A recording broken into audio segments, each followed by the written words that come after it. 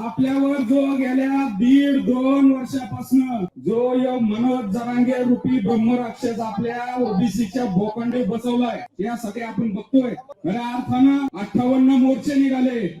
आम्हाला कुणाच्या ताटात जायचं नाही असं त्यांच्या सगळ्यांच्या मागण्या होत्या. आणि त्याच्यानंतर मग तुम्हाला सामाजिक मागास होता नाही आलं. मग ते 53 साली कालेलकर आयोगामध्ये नाही होता आलं. ईडी देशमुख कमिटी आली त्यावेळेस तुम्हाला घेतलं नाही.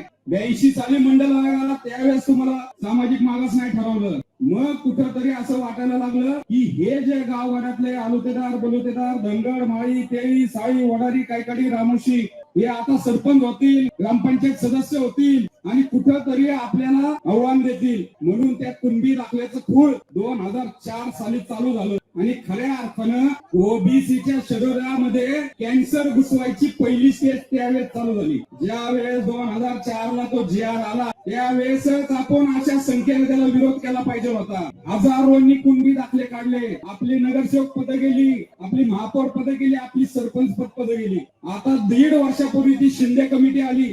या झाडांनी हटकोर जरांगेच्या आग्रहामुळे या कमिटी बसली.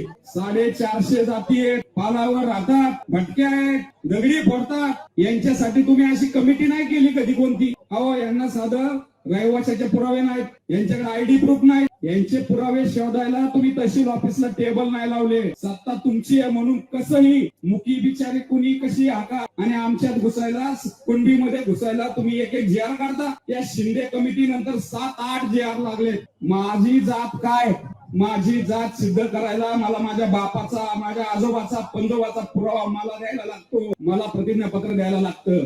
आणि तुम्ही कालच्या जी आर मध्ये काय म्हणताय, चल तुझ्याकडे जर पुरावे नाही तर तुझ्या नाते संबंधातला, तुझ्या कुळातला कोणतरी धरून आण आणि त्याच्याकडून फक्त एक प्रतिज्ञापत्र घे. ह्यो माझ्या नाते संबंधातला आहे आणि ह्यो माझ्या कुळातला आहे. आणि ते कुळ कोण तपासणार? तलाठी, ग्रामसेवक, कृषी अधिकारी कोण सांभाळणार आहे? कोण शोधणार आहे कुळ? त्यामुळं पाहिजे तसे दाखले आम्ही तुम्हाला करून दिले.